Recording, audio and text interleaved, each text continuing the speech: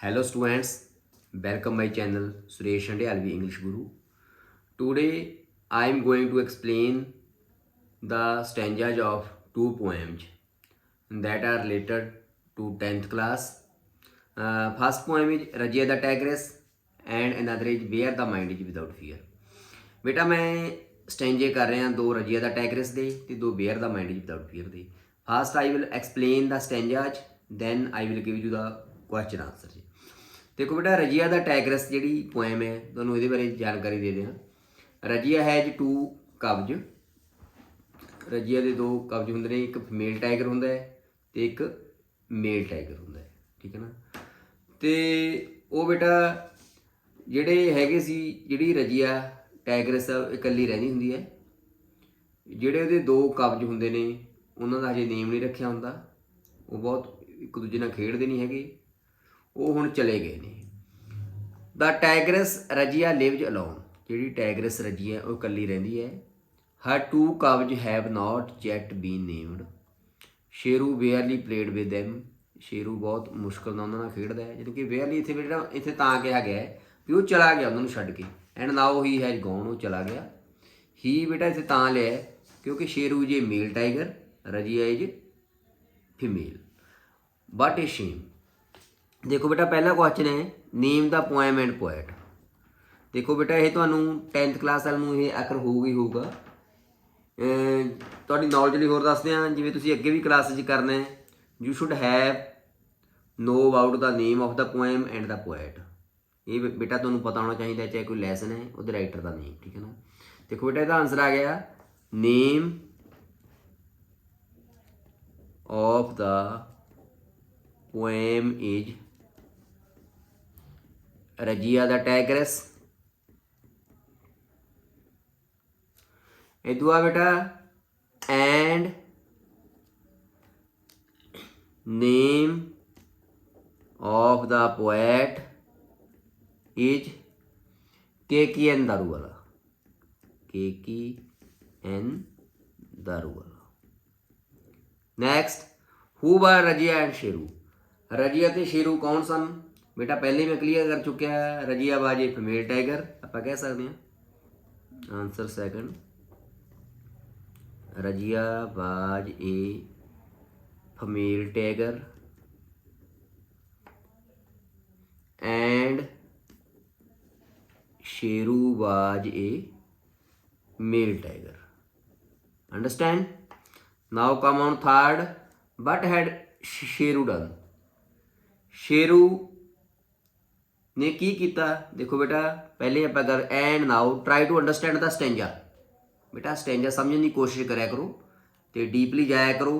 ਕੋਈ ਵੀ ਚਾਹੇ ਪੋਇਮ ਹੈ, you should have clear the concept of the lesson ਔਰ ਦਾ ਪੋਇਮ।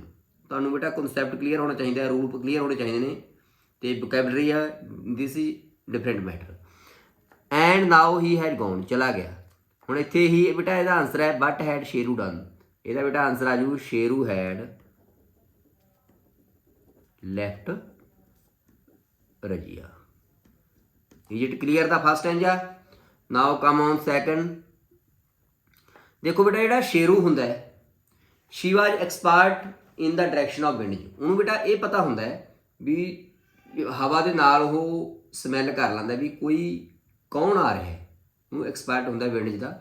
ਸ਼ੇਰੂ ਵਾਜ ਐਕਸਪਰਟ ਔਨ ਵਿੰਡ 'ਚ। ਜਿਹੜਾ ਸ਼ੇਰੂ ਹੈ ਐਕਸਪਰਟ ਹੁੰਦਾ ਵਿੰਡ 'ਚ ਦਾ, ਹਵਾਵਾਂ ਦਾ। New how they ਟਰੈਵਸਰਡ। ਦੇਖੋ ਬੇਟਾ ਟਰੈਵਸਰਡ ਨੂੰ ਬੇਟਾ ਆਪਾਂ ਟਰੈਵਲਡ ਲਿਖਾਂਗੇ, ਯਾਤਰਾ ਕਰਨਾ। ਡੇਲ ਆਇਆ, ਡੇਲ ਬੇਟਾ ਹੁੰਦੀ ਹੈ ਘਾਟੀ, ਵੈਲੀ। ਜਾਣਦਾ ਸੀ how they travelled, traversed means travelled. These are the synonym of each other. ਵੀ ਯਾਤਰਾ ਕਰਦੇ ਹੈ ਘਾਟੀ ਦੀ, ਪਹਾੜਾਂ ਦੀ। ਐਂਡ ਵੇਅਰ ਦੇ ਪੁੱਟ ਅਪ ਫਾਰ ਦਾ ਨਾਈਟ। ਦੇਖੋ ਬੇਟਾ ਦੇ ਨੂੰ ਇੱਥੇ ਆਪਾਂ ਜ਼ਿਕਰ ਕੀਤਾ ਹੈ, ਹਵਾਵਾਂ ਨੂੰ ਕਿਹਾ ਗਿਆ, ਵਿੰਡ ਨੂੰ ਕਿਹਾ ਗਿਆ, ਰੈਫਰ ਕਰਦੇ ਹਾਂ, ਠੀਕ ਹੈ ਨਾ। ਵੈਨ ਦੋ ਲੀਪ ਸਟੇਡ। ਦੇਖੋ ਸਟੇਡ ਹੁੰਦਾ ਮੂਵਡ, ਹਿੱਲਣਾ। ਜਦੋਂ ਕੋਈ ਵੀ ਪੱਤਾ ਹਿਲਦਾ ਨਹੀਂ, ਐਂਡ ਆਲ ਵਾਜ ਸਟਿਲ, ਪੂਰੀ ਤਰ੍ਹਾਂ ਸ਼ਾਂਤੀ ਹੁੰਦੀ ਹੈ। ਹੂ ਵਾਜ ਸ਼ੇਰੂ। ਪਹਿਲਾ ਆਨਸਰ ਬੇਟਾ ਸ਼ੇਰੂ ਕੌਣ ਸੀ, ਆਪਾਂ ਪਹਿਲਾਂ ਵੀ ਗੱਲ ਕਰ ਚੁੱਕੇ। Sheru was a male tiger. Second, what was special knowledge did he have, ਉਹਦੇ ਕੋਲੇ ਕੀ स्पैशल नॉलेज ਸੀ। देखो बेटा ਆਪਾਂ ਕਹਾਂਗੇ ਵੀ ਉਹ ਐਕਸਪਰਟ ਸੀ, he was an expert in the knowledge of wind। ਉਹਨੂੰ ਪਤਾ ਸੀ ਵੀ ਡਾਇਰੈਕਸ਼ਨ ਦਾ ਪਤਾ ਸੀ। ਬਟ ਇਹਦਾ ਵਰਡ ਦੇ ਹੇਅਰ ਰੈਫਰ ਟੂ, ਦੇਖੋ ਦੇ ਇੱਥੇ ਕਿਹਨੂੰ ਰੈਫਰ ਕੀਤਾ ਗਿਆ ਹੈ। ਦੇਖੋ ਬੇਟਾ ਪਹਿਲਾਂ ਹੀ ਮੈਂ ਤੁਹਾਨੂੰ ਕਲੀਅਰ ਕਰ ਚੁੱਕਿਆ, ਹੇਅਰ ਦੇ ਰੈਫਰ ਟੂ ਵਿੰਡਜ, ਇਹ ਬੇਟਾ ਵਿੰਡਜ ਨੂੰ ਕਲੀਅਰ ਕੀਤਾ ਗਿਆ। ਇਹ ਜਟ understand, these are the two stanzas of the poem Rajiya the Tigress। Now come on second poem, where the mind is without fear। देखो बेटा this poem is written by Rabindranath Tagore. बेटा ਤੁਹਾਡੀ ਨੌਲੇਜ ਲਈ ਦੱਸਦੇ ਹਾਂ, Rabindranath Tagore is the first poet of India who got first Nobel Prize for literature in 1913 maybe। देखो बेटा ये पोएम ਦੇ ਵਿੱਚ ਕਿਹਾ ਗਿਆ where the mind is without fear, there should be free knowledge in the country, देश ਦੇ ਵਿੱਚ ਜਿਹੜੀ ਵਿੱਦਿਆ ਉਹ ਮੁਫਤ ਹੋਣੀ ਚਾਹੀਦੀ ਹੈ। People should not be torn into castes, ਲੋਕਾਂ ਨੂੰ ਜਾਤਾਂ ਪਤਾ ਜੀ। ਡੈਡ ਹੈਬਿਟ ਇਹਦੇ ਸ਼ਬਦ ਆਇਆ ਹੈ, ਬੈਡ ਹੈਬਿਟ ਮੀਨਜ਼ ਜਿਹੜੇ ਅਪਡੇਟਡ ਆਊਟਡੇਟਡ ਸੈਰਮਨੀਜ਼ ਨੇ ਉਹਨਾਂ ਨੂੰ ਛੱਡ ਦੇਣਾ ਚਾਹੀਦਾ ਹੈ, ਜਿਵੇਂ ਬਾਲ ਵਿਵਾਹ ਹੋਇਆ, ਠੀਕ ਹੈ। ਵੀ ਆਪਾਂ ਨੂੰ ਜਾਤਾਂ ਪਾਤਾਂ 'ਤੇ ਵਿਸ਼ਵਾਸ ਨਹੀਂ ਕਰਨਾ ਚਾਹੀਦਾ। ਵੀ ਆਰ ਇਕੁਅਲ, ਸਾਰੇ ਬਰਾਬਰ ਆ, ਠੀਕ ਹੈ ਨਾ। ਨੈਰੋ ਡੋਮੈਸਟਿਕ ਵਾਲਜ ਕਿਹਾ ਗਿਆ ਹੈ, ਨੈਰੋ ਮਾਈਂਡਡਨੈਸ ਲੋਕਾਂ ਨੂੰ ਛੱਡ ਦੇਣੀ ਚਾਹੀਦੀ ਹੈ। There should be free knowledge in the country, ਵੀ ਜਿਹੜਾ ਜੇ ਇਸ ਤਰ੍ਹਾਂ ਦਾ ਹੋਊਗਾ ਉਸਾਰੂ ਸੁਝਾਅ ਹੋਣਗੇ, ਉਸਾਰੂ ਦਾ ਜਿਹੜਾ ਮੇਰਾ ਦੇਸ਼ ਹੈ ਉਹ ਇੱਕ ਫਰੀਡਮ ਆਫ ਹੈਵਨ ਹੋਊਗਾ, ਠੀਕ ਹੈ ਨਾ, ਆਜ਼ਾਦੀ ਦਾ ਸਵਰਗ ਹੋਊਗਾ। Now I am going to start the first stanza of poem, where the mind is without fear. जिथे कहता किसी व्यक्ति का जोड़ा माइंड है फ्री होंगे, and the head is held high, साडा सिर उपर चुक्या होंगे, उपर हो जाता है। बेयर नॉलेज इज फ्री, आप जिथे नॉलेज फ्री होंगी है। Where the word has not been broken into fragments, देखो बेटा फ्रैगमेंट्स होंगे टुकड़े, पार्ट्स। जिथे जोड़ा साडा संसार है टुकड़िया दे विच नहीं वंडिया होना चाहिए। बाय नैरो डोमैसटिक वाल्ज, देखो बेटा narrow domestic wall new word है। नैरो डोमैसटिक वाल्ज ਨੂੰ ਆਪਾਂ ਇੱਥੇ ਕਹਾਂਗੇ नैरो माइंडडनेस, ਤੰਗ ਦਿਲ ਵਿਚਾਰ। Understand, have you understood the first stanza. Now I am going to explain the question. First बेटा हैगा name the poem and poet.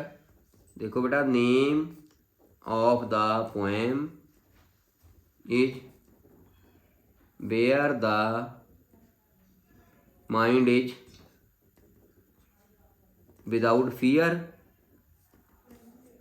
Written by Rabindranath Tagore. Rabindranath Tagore. Now come on second, why does the poet want knowledge to be free. कवि क्यों चाहता है भी जी education है, knowledge है, वो फ्री होनी चाहिए है। बेटा नॉलेज तो फ्री होनी चाहिए है, it is essential because knowledge is essential to make country free in a real way। आपकी लैंग्वेज बेटा लिख रहे हैं, आपकी लैंग्वेज तुम लिख सकते हो, you can write in your own language. पहला मैं तुहानू कहा सी you should have clear the concepts. बेटा क्वेश्चन है कभी क्यों कहता है भी जी नॉलेज है वो फ्री होनी चाहिए है, because knowledge is essential to make, जरूरी होंगे तो मतलब compulsory to make country free in real. सही लफ्जों के जे असी देश को आज़ाद देखना है तो नॉलेज होनी चाहिए है। Now come on, what does the poet mean by narrow domestic walls. Narrow domestic wall का की मतलब है बेटा, नैरो डोमैसटिक वाल मीनज नैरो माइंडडनेस। की आ गया बेटा, narrow mindedness। Understand? Now come on the second stanza, where the clear stream of reason has not lost its way to a dreary desert sand of dead habit। देखो पहला भी कहना जिथे कहना ਜਿਹੜੇ ਇਹ ਡੈਡ ਘਟੀਆ ਜੀਆਂ ਆਦਤਾਂ ਨੇ ਉਹ ਨਾ ਹੋਣ, ਜਿਹੜਾ ਦੇਸ਼ ਹੈ ਸਾਡਾ ਉਹਨੂੰ ਇਹ ਖੋਣਾ ਨਹੀਂ ਚਾਹੀਦਾ। Where the mind is led forward by thee, ਜਿੱਥੇ ਸਾਡਾ ਮਾਈਂਡ ਹੈ ਵਧੀਆ ਤਰੀਕੇ ਨਾਲ ਅਸੀਂ ਇਹਨੂੰ ਦੀ ਮੀਨਜ਼ ਤੁਹਾਨੂੰ ਫਾਰਵਰਡ ਲੀਡ ਕਰੇ into ever widening thought and action, ਜਿਹੜੇ ਸਾਡੇ ਐਕਸ਼ਨ ਨੇ ਉਹ ਪੂਰੀ ਤਰ੍ਹਾਂ ਸੱਚੇ ਦਿਲੋਂ ਆਉਣ into that heaven of freedom. ਫਿਰ ਜਿਹੜਾ ਸਾਡਾ ਦੇਸ਼ ਹੈ ਫਰੀਡਮ ਦਾ ਹੈਵਨ ਹੋਵੇ, ਸਵਰਗ ਬਣ ਜੇ। ਮਾਈ ਫਾਦਰ, ਇੱਥੇ ਮਾਈ ਫਾਦਰ ਬੇਟਾ ਗੋਡ ਨੂੰ ਕਿਹਾ ਗਿਆ ਹੈ। God let my country wake, ਇਹ ਮੇਰੇ ਪਰਮਾਤਮਾ ਮੇਰੇ ਦੇਸ਼ ਨੂੰ ਜਾਗਣ ਦੇ। ਜਿਹੜੇ ਆਊਟਡੇਟਡ ਡੈਡ ਹੈਬਿਟ ਨੇ ਉਹਨਾਂ ਨੂੰ ਛੱਡ ਦੇਣਾ ਚਾਹੀਦਾ ਹੈ। ਦੇਖੋ ਬੇਟਾ ਪਹਿਲਾ ਕੁਐਸਚਨ ਹੈ,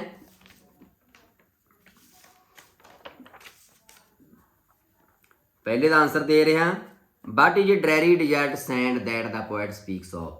ਡਰੈਰੀ ਡਿਜ਼ਰਟ ਸੈਂਡ ਹੈ ਜਿਹੜੇ ਕਵੀ ਗੱਲ ਕਰਦਾ ਹੈ, ਇਹਦਾ ਕੀ ਮਤਲਬ ਹੈ? ਇਹਦਾ ਮਤਲਬ ਹੈ ਬੇਟਾ useless customs and dead habits. ਇਹ ਆ ਗਿਆ dead habits. Understand? Useless custom, ਬੇਕਾਰ ਜੇ ਕਸਟਮ ਤੇ ਡੈਡ ਹੈਬਿਟਸ। ਬਟ ਹੈ ਦਾ ਪੋਇਟ, ਬਟ ਕਵੀ ਕੀ ਚਾਹੁੰਦਾ ਹੈ? ਦਾ poet wants that people should be guided by reason, ਵੀ ਲੋਕਾਂ ਨੂੰ ਅਸੀਂ ਤਰਕ ਦੇ ਨਾਲ ਗਾਈਡ ਕਰਨਾ ਚਾਹੀਦਾ ਹੈ, ਮਾਰਗਦਰਸ਼ਨ ਹੋਣਾ ਚਾਹੀਦਾ ਹੈ ਉਹਨਾਂ ਨੂੰ। ਮਤਲਬ ਕਹਿਣ ਦਾ ਮਤਲਬ ਆਊਟਡੇਟਡ ਕਸਟਮ ਤੋਂ ਨਹੀਂ ਹੋਣਾ ਚਾਹੀਦਾ। ਦੇ ਸ਼ੁੱਡ ਨਾਟ, ਆਪਾਂ ਇਹ ਵੀ ਲਿਖ ਸਕਦੇ ਹਾਂ, ਦੇ should not be led by dead habits and outdated customs. Now come on third, who lead the people in the heaven of freedom and how? ਕਹਿੰਦਾ ਆਜ਼ਾਦੀ ਦੇ ਸਵਰਗ ਦੇ ਵਿੱਚ ਲੋਕਾਂ ਨੂੰ ਕੌਣ ਲੀਡ ਕਰਦਾ ਹੈ ਤੇ ਕਿਵੇਂ ਕਰਦਾ ਹੈ? ਇਹਦਾ ਬੇਟਾ ਆਨਸਰ ਆ ਗਿਆ God. God leads the people in the heaven of freedom and how, ਤੇ ਕਿਵੇਂ ਕਰਦਾ ਹੈ? by kindling the lights of truth. Understand? In this video I have cleared 2 poems, Rajya the Tigress and Where the Mind is Without Fear. Try to understand these poems. Okay, thank you very much for joining me. Okay, thank you.